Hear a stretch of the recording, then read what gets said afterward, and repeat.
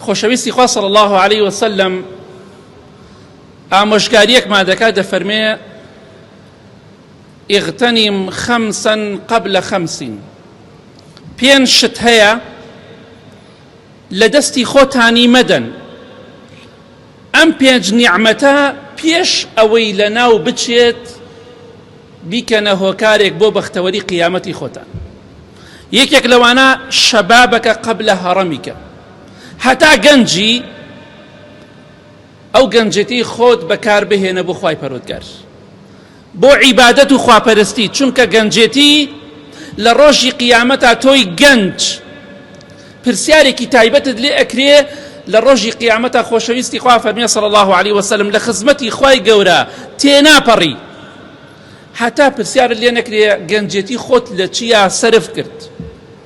بۆیە گەنجی خۆشەویست وەڵامێک بۆ خوای گەورە دابنێ، ئایا گەنجێتی خۆت بۆ خوا سەرف کرد یا بۆ فەسادی و خراپەکاری سەرفت کرد؟ ئەو کەسەی پێغەمبەری خوا فەرمێ صلی الله عليه وسلم گەنجێتی خۆی لە ناو ئیسلامە، لە ناو دینداری خواپەرستیە، مووەکانی سەر و ڕیش و ئەوانەی سپی بێ ئەبێتە نورێک بۆ قیامەتی. ئەگە لە تاوان و گوناها بەکاری بهێنی دەبێتە بەڵایەک بۆ قیامەتە دەو گەنجێتیە. بۆیە خۆشەویستی خوا صلی الله عليه وسلم ئەفەرمێ گەنجێتی خۆتان بۆ خوا سەرفکەن پێش ئەوەی پیر بن، چونکە ئینسان کە چووە ساڵەوە ئەو تااقەتەی نامێنێ. ئەو تااقەتێک کە 20 ساڵێک هەیەی 30 ساڵێک و 50 ساڵێک و 70 ساڵێک نیەتی، وردەوە دە ئینسان تااقەتی نامێنێ. بۆیە هەموو شتێک بە گەنجێتی خۆشە، توانات هەیە ئەمڕۆ بۆ خوا سەرفیکە.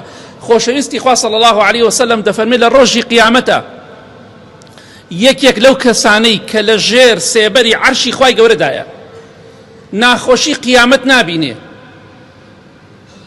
ناڕەحەتی ساحەی مەحشەر نابینێ، یەکێک لەو کەسانە ئەو گەنجەیە هەل لە گەنجێتیەوە لە ناو عیبادەتی خوادا پەروەردە بووە.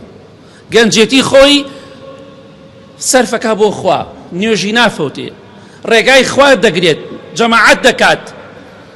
ئەو کەسە لە ڕۆژی قیامەتە ئینشاءڵڵا بە ئیزنی خوا بەختەوەر دەبێت، لە ژێر سێبەری عەرشی خوای پەروەردگاردایە. بۆیە کۆمەڵە گەنجێکمان بینی بە تەمای مردن نەبوون، بەڵام لە پڕ مردن یەخەی گرتن. هەموو ڕۆژێ دەیەها گەنج دەبینی خەتی ڕەش دەدرێت لە ڕسمەکەی، لە وێنەکەی مرد. هەندێکیان ئەیانوو کاتێککە پیر بووین چوینە ساڵەوە کاتە تۆبەت دەکەین، بەڵام نەگەشتنەوە کات. بڕۆ گۆڕستانەکان پڕە لە گەنج، پڕە لە مێرد مناڵ و مناڵ. ئەو هەموو گۆڕە دەبینیت کە منداڵ و گەورە و بچووکی تێدایە. ئەوەندە گۆڕی بە تەمەنەکانی تایە، چەند قات گەنجەکانی تێدایە. بۆیە گەنجێتی خۆت بەکار بهێنە بۆ خوا، بۆی کاتێک کە پیر بووی خەفەت نەخۆی لەوەی کە لە گەنجیدا ڕێگای خوات نەگرتبوو.